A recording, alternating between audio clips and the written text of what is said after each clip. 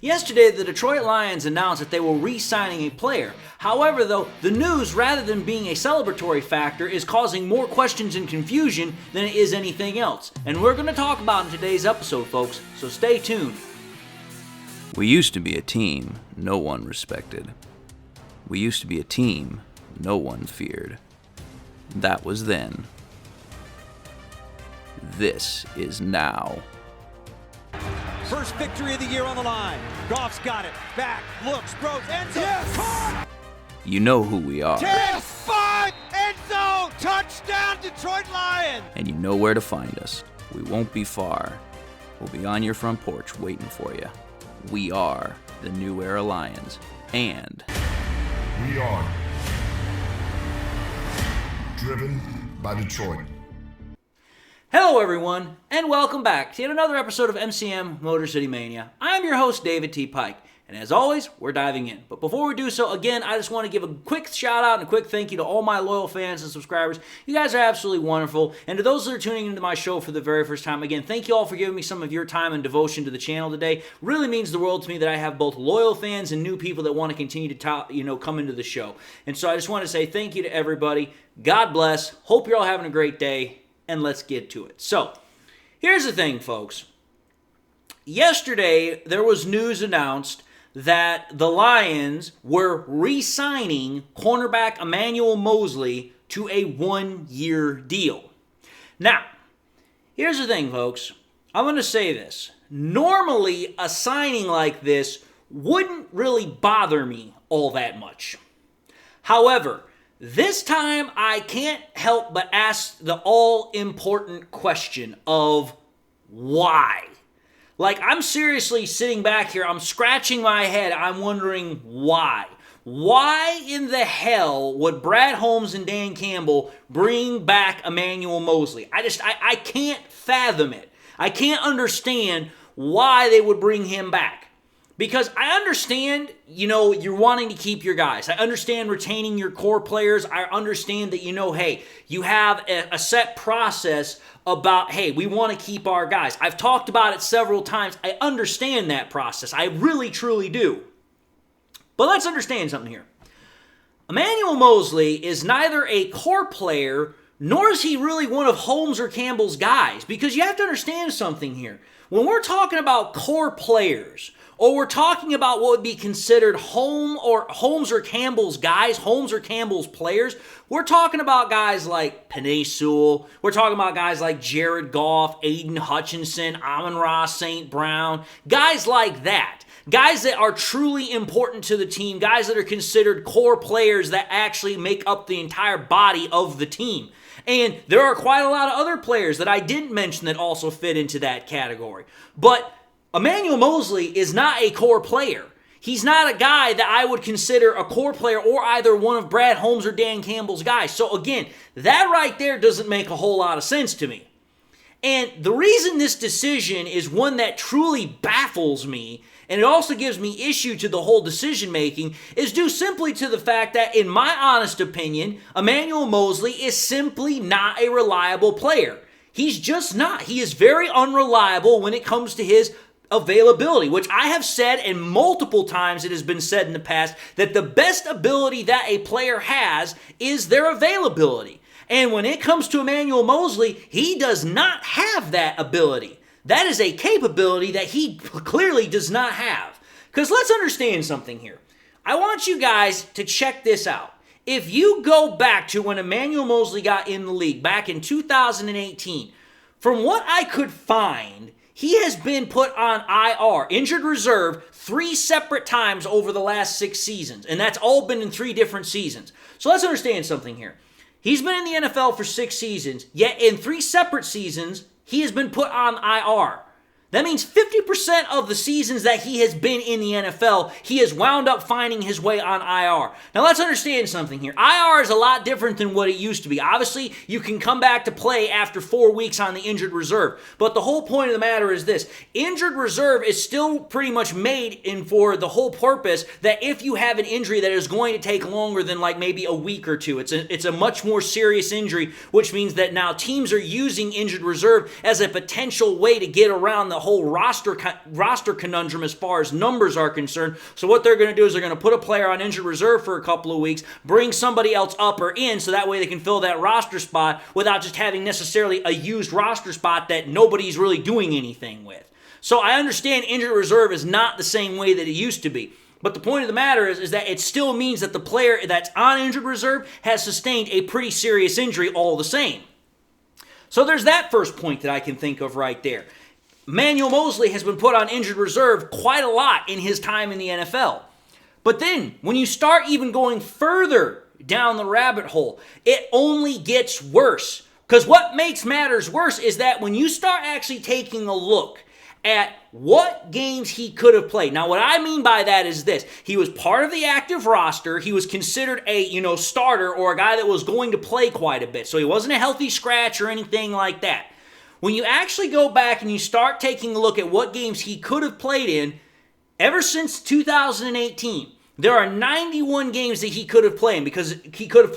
Because in the first season that he was in, he didn't start until about halfway through the season. So I decided to say, okay, that doesn't count.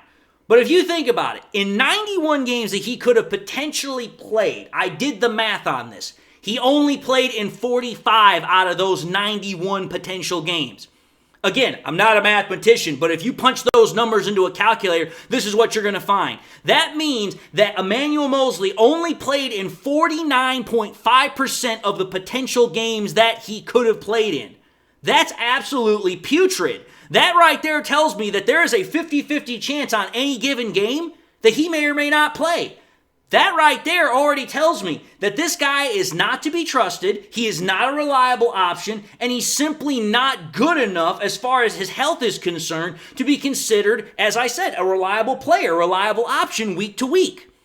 So when you put everything together, as far as what I said, as far as his availability, as far as how many times he's been put on injured reserve, how many games he's been able to play over the entirety of his career, think about this. The last thing that makes this even much more of a baffling decision for me is this. The injury that Moseley sustained, the last time we saw him on the field was a tore ACL. But wait a minute here.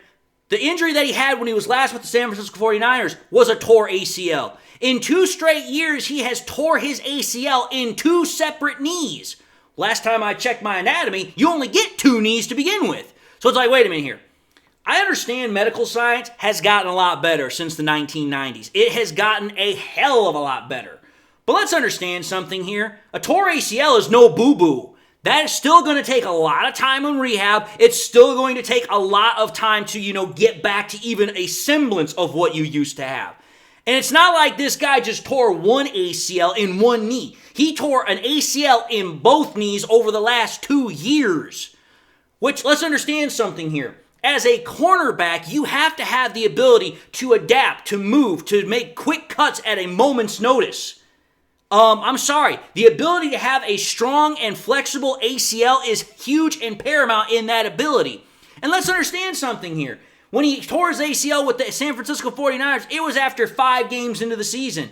When he tore his ACL with the Detroit Lions, it was after he got back from his first game and after he only took 2 damn snaps. That right there tells me, okay, this guy's ability to stay healthy, this guy's ability to stay on the field, it's simply not there. So it's like, wait a minute here. If your best ability is availability, why in the hell would you re-sign a guy that clearly has demonstrated over the course of his career, and extremely most recently, that he is not to be trusted as a healthy, reliable player? That to me just doesn't make any sense. Now, yes, I get it. It is a 1-year deal. So it's not necessarily a huge time commitment. But I will also remind people this, that last year, Emmanuel Moseley got a 1-year deal that was for $6 million. I don't know exactly what kind of money Emmanuel Moseley's getting on this deal. But I'm telling you this right now, if it's more than maybe $2 or $3 million, that right there is also something that's going to cause me a little bit of irk. Because it's like, wait a minute here. This is a guy that over the last 2 years has literally appeared in 6 games. Think about that. In 6 games over the last 2 seasons, that's how many games he's appeared in. Well, wait a minute here. You have 17 regular season games between each season now. So 17 plus 17, that's 34 games. So wait a minute here. In 34 games over the last 2 years, he's only appeared in 6. And that one game he appeared in, he only appeared in for 2 damn snaps. I'm sorry, if you're paying a guy more than maybe $1 million or $2 for a guy that has shown that he clearly cannot stay on the field, that right there is a bit of a problem for me. Because the other reason I have an issue with this is we know the cornerback position. It needs a vast upgrade. It needs a vast infusion of talent put into it. Well, you just signed back a guy that's now going to take up another roster spot when you could have gone out into free agency or potentially even still into the draft and gotten somebody that's better than what Emmanuel Moseley can provide. Not only probably in terms of talent, but definitely in terms of the health problem. Because it's like, listen, I understand that the cornerback position is one that's going to take a lot of beating. But it's like, I at the same time also want a guy that I can rely is going to be able to play more games than not season to season. And again, like I said, over the course of this guy's career, he's only played in 49.5% of the games that he could have played in. So I don't understand this. To me, it's like, I understand you want to keep guys that you're familiar with. I get that concept. I truly do. But it's like, listen, what have we also heard Dan Campbell and Brad Holmes say? At the end of the day, what truly matters is your ability to produce and your ability to bear results. Emmanuel Moseley has done none of those things.